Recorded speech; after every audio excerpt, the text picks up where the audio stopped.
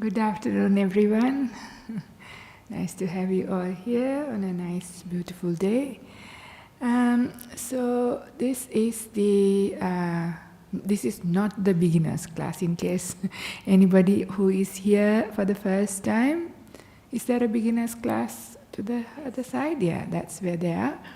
And this session is about maybe 15 minutes of about meditation, inclining mind to meditation, and 45 minutes of sitting, followed by a couple of questions. Is that right?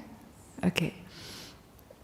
So I want to begin a little bit by saying, how does this work? How do we meditate? Like, how does it? What's the point in sitting and watching the breath? How does it get us enlightened? Are you keen to know, or do you already know? It's nice to be reminded anyway, right? Because we need that inspiration. Last night during the talk, I mentioned how negative mind states come up. I also did mention positive, but of course we were mostly talking about finding freedom by shifting, and how when we become prisoners, how we become prisoners with these sufferings or things that we don't want to be with.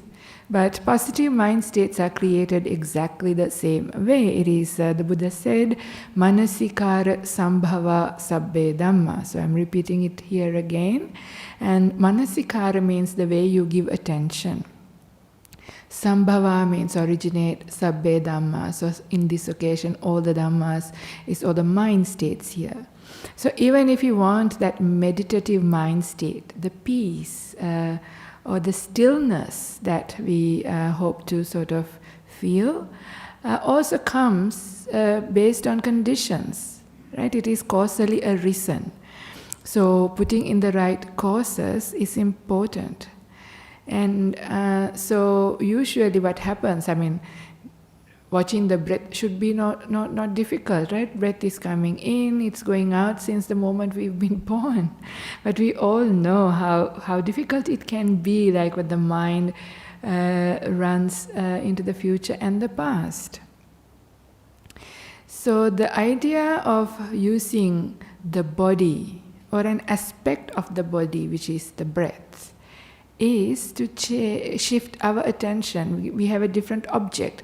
In normal day-to-day life, most of the time our attention is towards our mind and that process of thinking, either about something happening right now, or echoes of what has happened before, or what we anticipate in the future.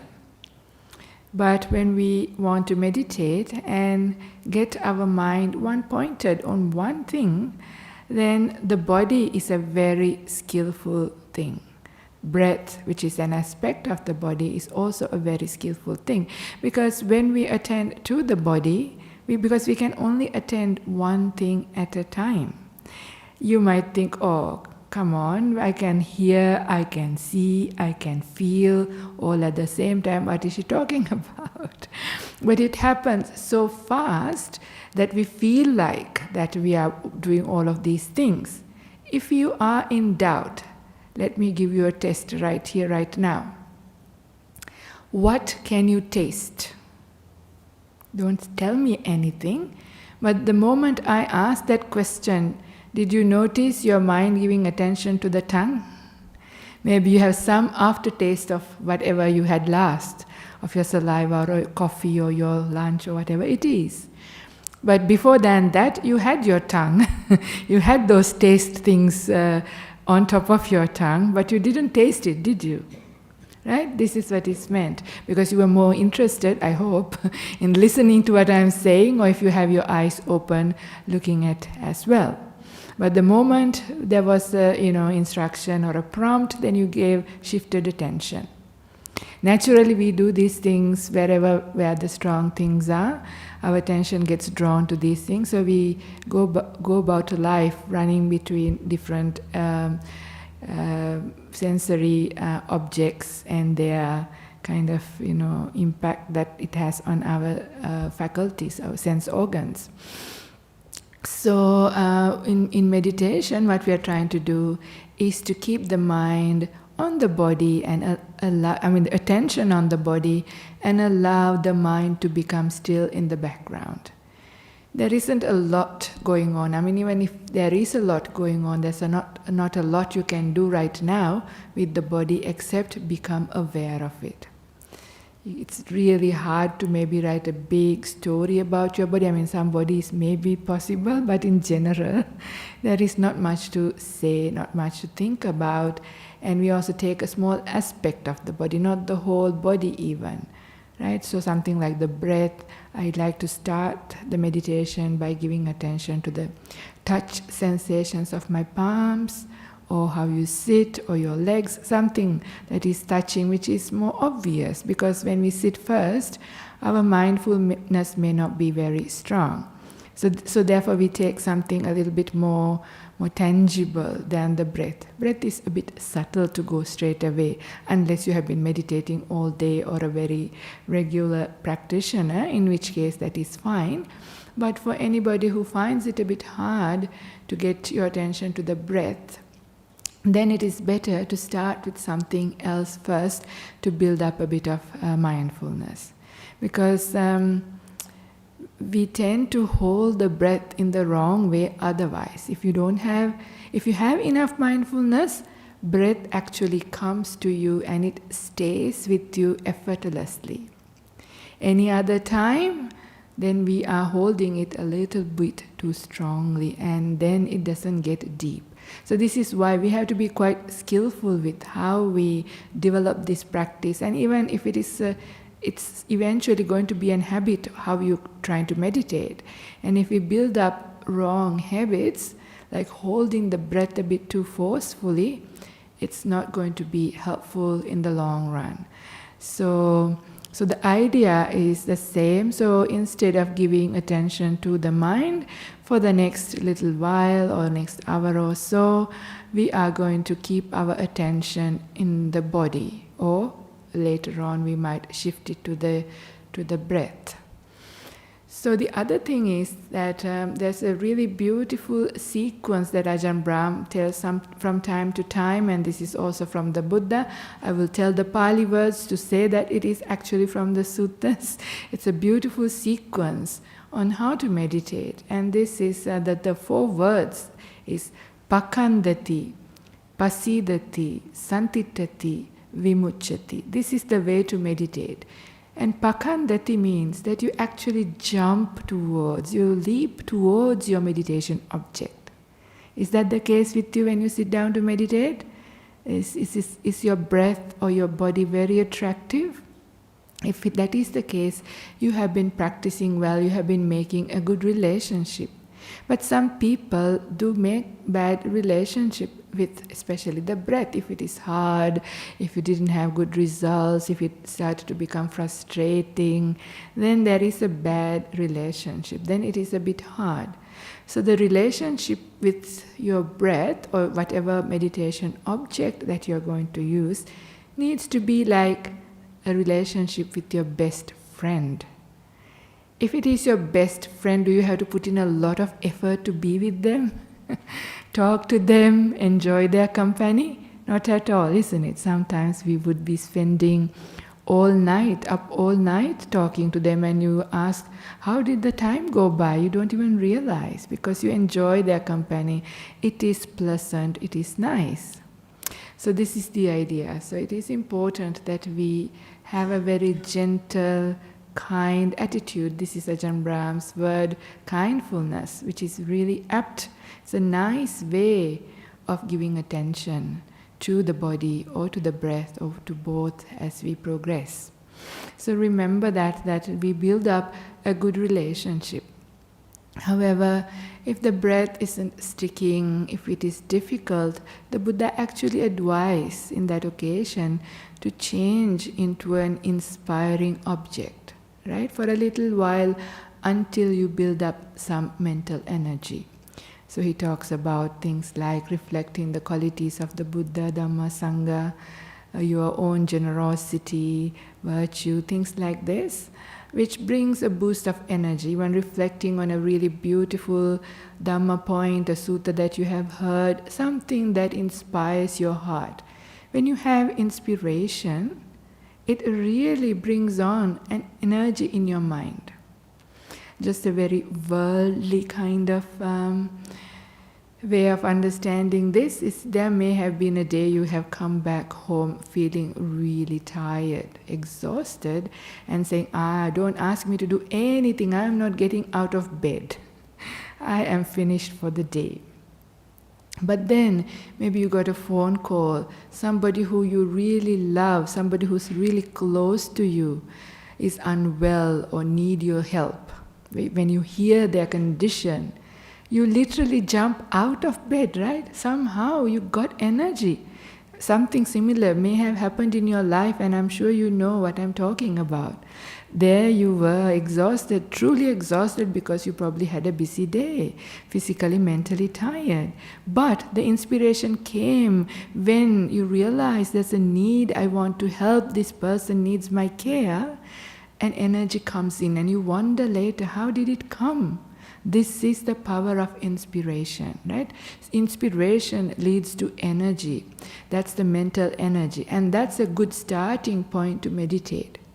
So if you're sitting here with a lack of mental energy, it is dangerous, because when your mental energy is low, then you follow the instructions, sit down, let go, relax. What happens? You fall asleep. It's okay to fall asleep if you really need to sleep, but if you're here to really meditate during this time, and it is after all a Saturday afternoon, hopefully you have rested, relaxed and awake, then it is important that you bring up some energy into your mind to begin with. So you can, I will allow you to do your own thing, but I can make a suggestion. There are few things that can easily bring up energy to your mind. If you have done an act of service today or this week, you can just bring gently, not all details, but I had this opportunity to give, help, or make somebody else happy. Just that little thought will give a boost of energy. Or if somebody else has been kind to you, helpful to you, caring for you, if you remember that, that also brings a boost of energy. That is gratitude. Or if you saw somebody else doing an act of kindness, act of generosity to somebody, you can rejoice in that beautiful act. Wow, somebody did this beautiful thing. So nice, so wonderful to hear. That is mudita, right? So like this you can bring up a bit of energy. A smile also helps. This is why sometimes you hear Ajahn Brahm saying, the most important meditation posture is the posture of your mouth. Make sure it is in the smiling posture, because the moment you smile, that also brings a boost of energy. So these are just few skillful things, because that inspiration is what leads you to have a good energy in your mind, and then you are likely to become at least a little bit more peaceful. Don't expect to get into jhana. If you expect it's not going to happen anyway, unexpectedly it might happen one day, but whatever it is, without any expectations, you just sit, right? And if you do get peaceful, what happens next is then actually this works. When I give attention to the body or to the breath, the mind does become peaceful.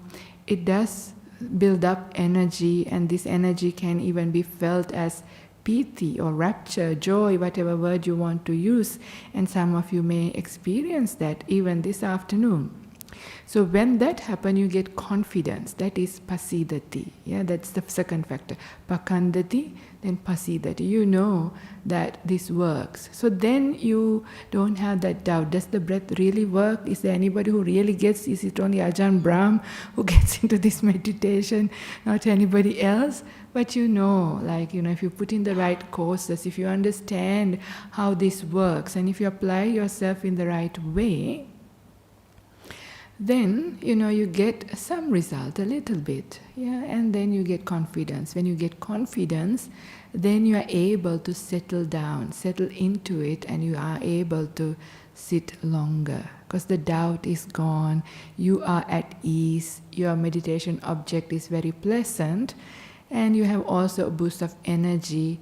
So that is pakandati, pasidati, santitati. Yeah, you get settled, established, well established onto your meditation object. And then vimucchati, that is when the mind is liberated. Even the mind enters into deep meditation called ceto vimutti. So anyway, it is also good to understand, you already know this, Ajahn Brahm says this very often. My job here is to just remind that right here, bring it to life, make it current in your mind as a way of bringing up inspiration, a bit of instructions on how to meditate, and also to bring a boost of energy. So I hope that has been helpful in some way and you are inspired to sit. So if that is the case, then you can sit in a way, adjust your posture, do a bit of stretching and see how you feel comfortable. It's always helpful to have your upper body upright. This helps you to stay a bit more alert if that is possible. And it is important to just look at this process as relaxation, stages of becoming still. And our job is to just sit back and watch, observe the body becoming still, the mind becoming still, and enjoying that journey. Wherever it is, it's not the destination, just enjoying that journey of waiting, observing, and allowing yourself to become still. So, as I mentioned, you can use either the touch sensations of your palms or any other sensation in a small area of your body to ground yourself to begin with.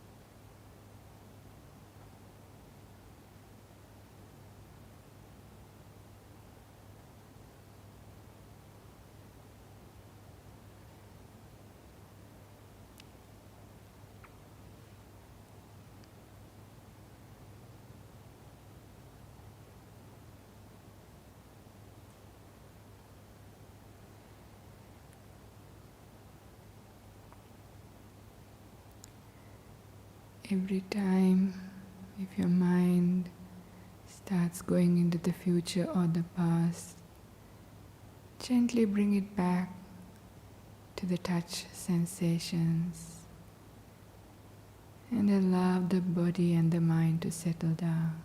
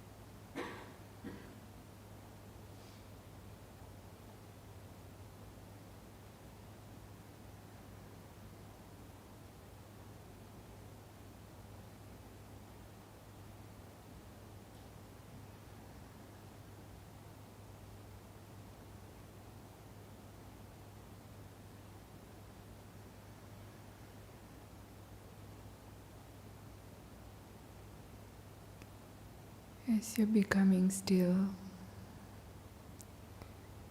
as your mindfulness is gathering momentum, if you notice the natural flow of the breath, then you can shift your attention to notice the breath going in and the breath going out.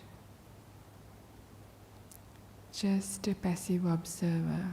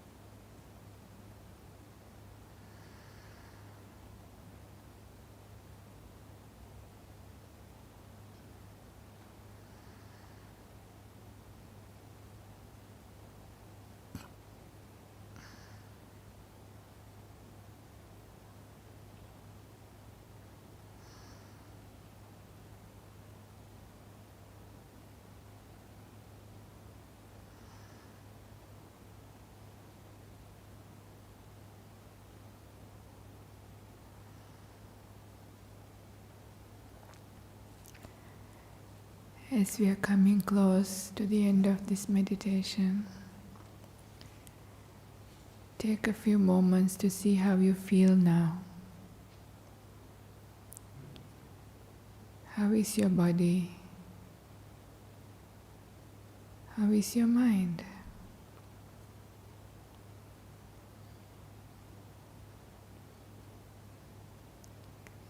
Understand what works, what was helpful,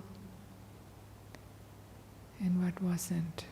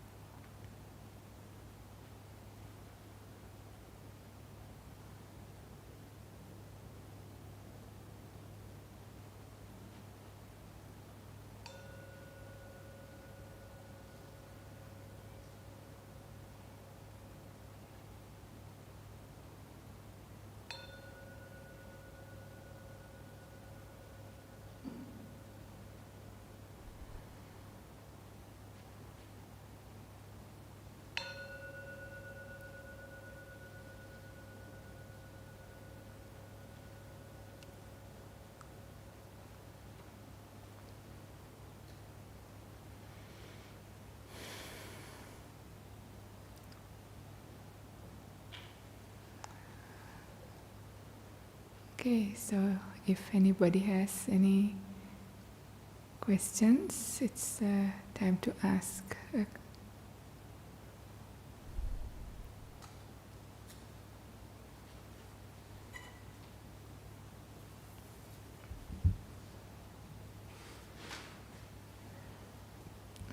Thank you.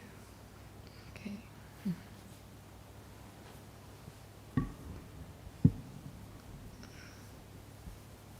Anybody here? Yes, please. Yeah, over here.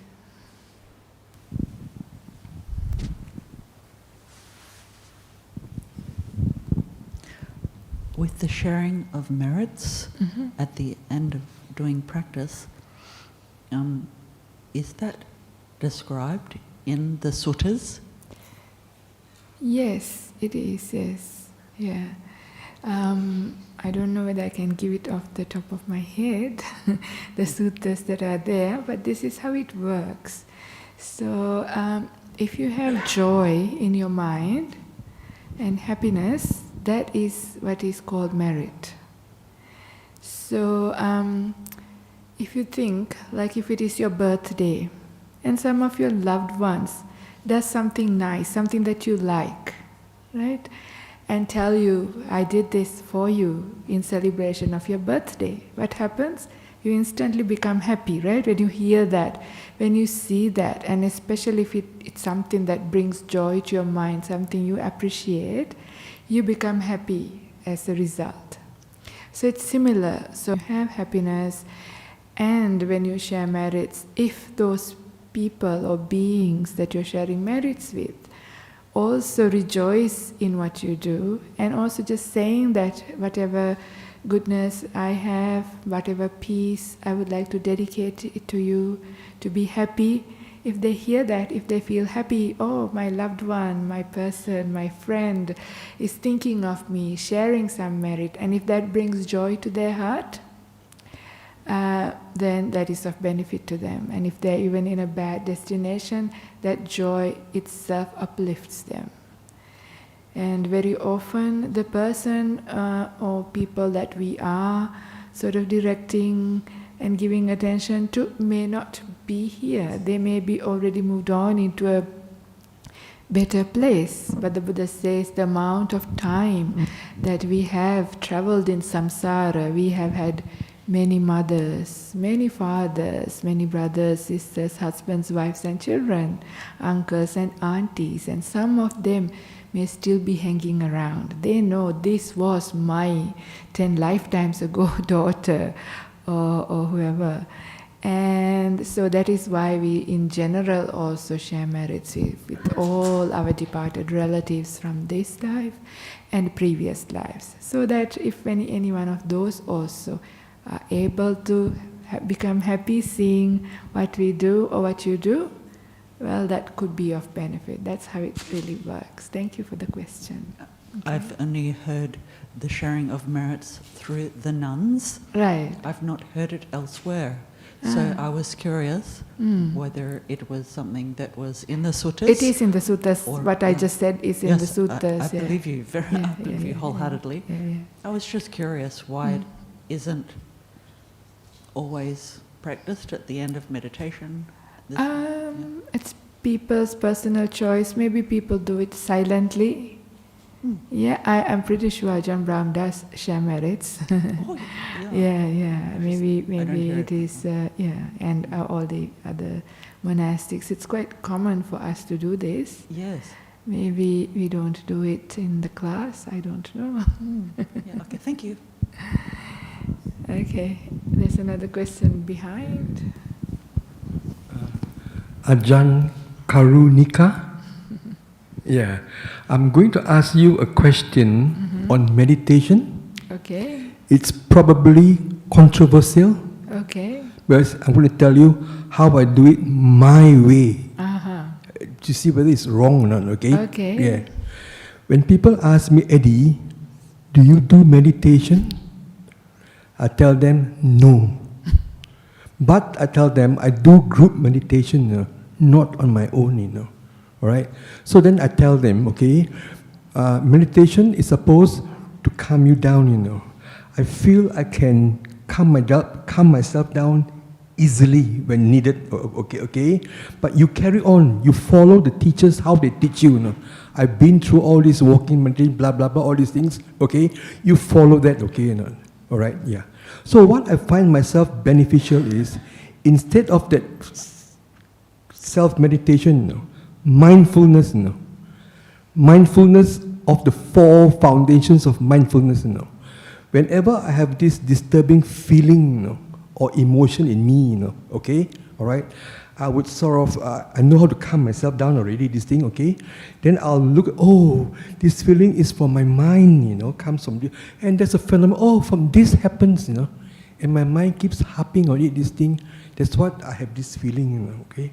Knowing how this works, half the problem is gone, So if it's a small problem, you go past quickly, If it's a more bigger problem, then I bring impermanence, okay? You bring in some patience, tolerance, understanding, it'll still go off, I find that this works for me. What's controversial about it? I don't know. This is exactly when they ask me, thank you. This is how they ask me whether I do, I don't do it my own. Okay, so this is how the Buddha instructed. 7th factor of the Noble Eightfold Path is right mindfulness. So 4 foundations of mindfulness is what increases and prepares your mind, right? So with gross emotions, gross feelings, so exactly what you're doing to calm yourself down using right view. So what you're using there to calm yourself down is right view. Looking through the lenses of right view, your emotions, feelings, because you get right understanding. So the friction that you have subsides. Otherwise, there is that friction with the wrong understanding. So when you put in the right view, this is what the 4 foundations of mindfulness is all about. And it actually calms you down, and your mindfulness as a result increases because the mind settles down. Then you are ready to meditate. In spite of you, meditation would happen if you stay longer. So there's nothing controversial. That is fine. That is perfectly fine. It can be, when it is done, especially when you're sitting, actually it settles down even more. And as the mind becomes more still, because all of those difficulties are now sort of subsiding, then you will be able to stay here, because the present moment will start to become pleasant. And four foundation mindfulness is not only having the hindrances, it also have the 7 enlightenment factors, right? So it's actually developing it further. But you are on the right track. It takes time and no problem, nothing controversial. But I don't do the meditation. I No, do no, the it's you just the mindfulness. keep saying you are meditating. Oh, yeah. Thank you. So All I'm right. on the right track. Thank you for you that, very much. Eddie. Yes. You're welcome. Okay, here is other questions. Yeah, dear Ayya, is it better not to force oneself to meditate when one is very tired? Of course, the meditation psychology, the Buddha says you start with a mind that has gladness, pamojja, is important, because if you try to meditate when you're tired, you might have a very bad relationship with your experience, and then it builds up negative kind of associations. Of course, when you're tired, just have a rest. Go for a walk, or even have a snooze. It's okay. Or just sit. Don't expect that it is meditation. Just sit and allow your body to rest. I mean, this is what Ajahn Brahm says he does when he comes back from all this traveling. He still sits. He puts his feet out, lean against the wall of his cave. And at that time, it's not like he's meditating. He's mostly resting, allowing things to settle down. And when the tiredness of the body goes, the mind starts to gather energy. He says he naturally sits up. And then when you have energy, then you meditate. So, I mean, of course we can't wait till all of our tiredness goes away. But that is also why how you live your life every day, all your wakeful moments, is where you do the practice, the preparation. Meditation is like the gift you give. It's like the present you get in the present moment. You sit down and wait for your gift to fall in. This was this Ajahn Chah's simile. You sit under the mango tree and the mangoes fall, right? So planting that mango tree, putting the nutrients, watering it, all of that work is done outside of the city, and that is how you conduct yourself.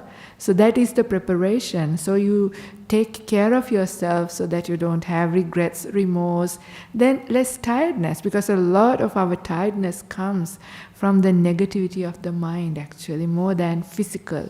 Physical tiredness goes away after you sit down. I mean, have something, eat, have a drink or have a snack and get some energy, and you rest for 15-20 minutes. Physical tiredness will go, but it's a mental tiredness, so that is how we train. So this is not in isolation, it's a holistic practice. Meditation is just one aspect of your whole path. So remember, if you want good meditation, focus on how you live your life. This is what is coming up. If you want to stay for the book club, Atomic Habits, that's what I'm going to talk more about. If you want to improve your meditation, your spiritual practice, where you need to put focus on and where the real work is. So anyway, so the next question. Dear Ayya, I am highly sensitive to what can I do if sadness and tension are stronger than my kindness. How to find peace when sad and breathing is difficult? Thank you kindly. Okay. So we have to deal with it in a skillful way. So, sometimes when your mind has enough energy, all we got to do is wait. But obviously in this occasion, this person has understood when they just wait, they get overwhelmed by the feeling, because the mental energy is not strong enough, and they get overwhelmed by the strong emotion. And that is the time that you need to change. And the Buddha says any of the hindrances, if they become apparent when you sit, you need to stop that object, giving attention to your breath, and instead direct your mind to something else. There are many things. So even for sadness, even for fear, for most of these things, if your temperament, if your kind of your relationship with the Buddha is very strong, just bringing up his good qualities is very helpful. So this is simply changing the object, giving attention to an inspiring thing. But if it is not your thing, then you can bring up a beautiful aspect of Dhamma and see whether that would inspire you. If not, listen to a nice, inspiring Dhamma talk or read a nice sutta. Something like that, just changing and shifting is very helpful. Or simply get up from where you are and maybe take off your shoes, your socks, and walk barefoot on an interesting surface, right? And you can give attention, full attention to the touch sensations, which is very, more tangible than looking at the breath. Interesting, that's why I said, walk on something that's a bit different. And then you can really keep attention. Just the shifting of the attention can be helpful. But what is also very, very works really well is there is a cause for your sadness. So I don't know in your occasion what makes you feel sad, but I will tell you a story. But for the people who are in the room, because now we are going beyond time, you're very welcome to leave as you please, but I will just say this story for the person who asked this question. And this is coming from my own life, a story from my father. Me and my father. So I was very, very close to my father. I was really, really attached to him, and he was attached to me as well. And once we went to a funeral, which was a very sad funeral. Everybody was crying, there was lots of grief. And as we were driving home, my father said, "Wow, that's really difficult." And he suddenly said, "What about, the person who passed away?"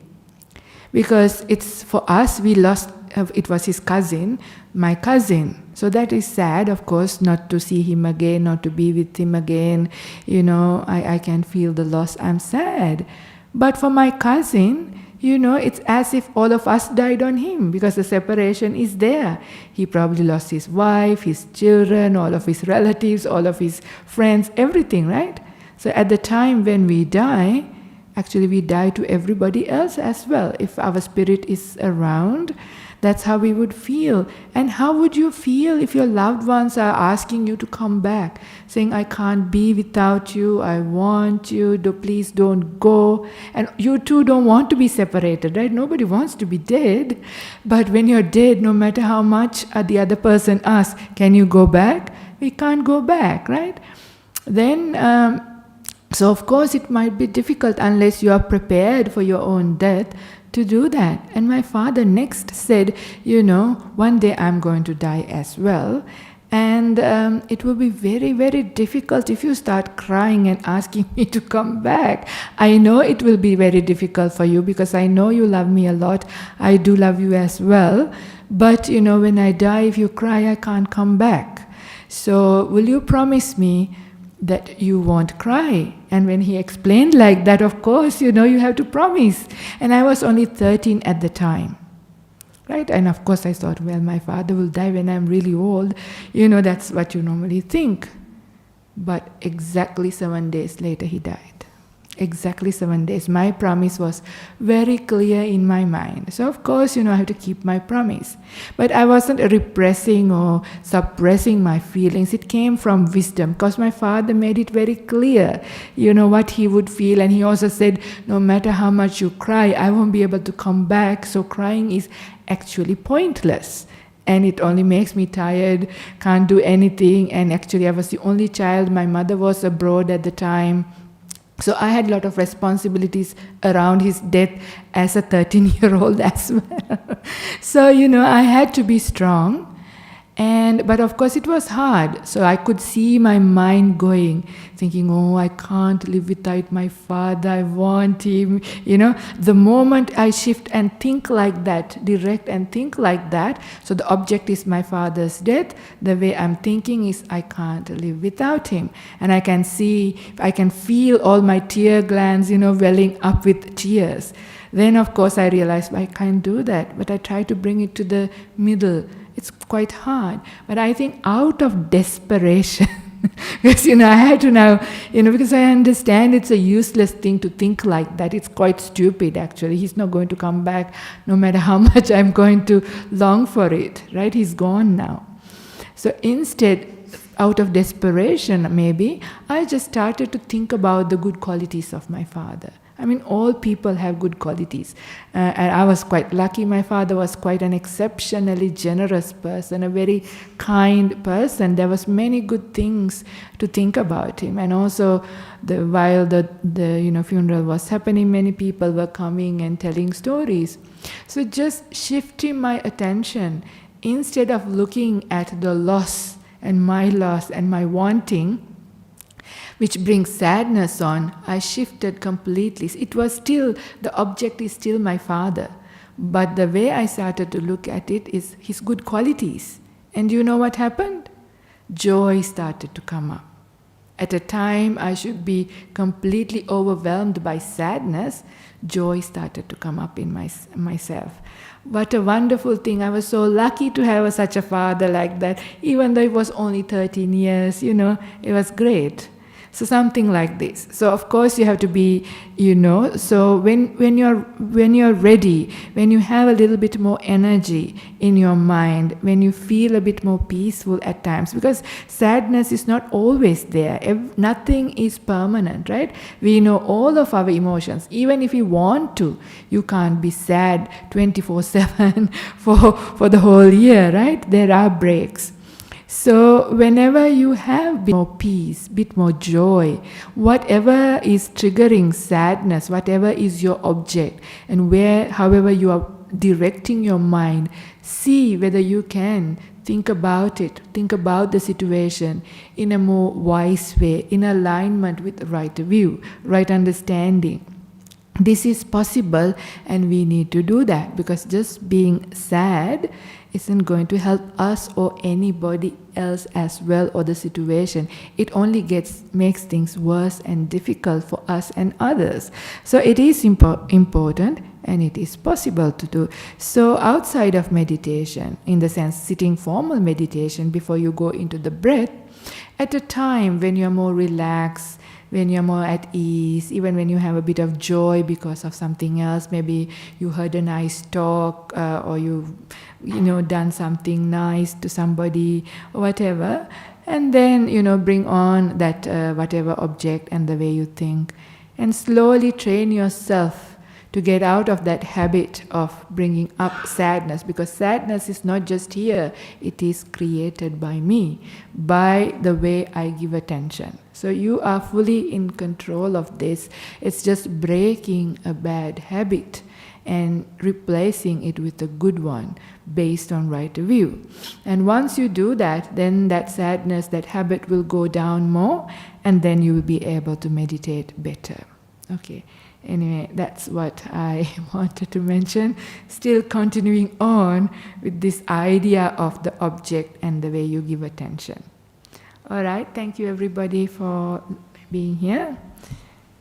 Okay, sadhu. Do we do Arahanga or not?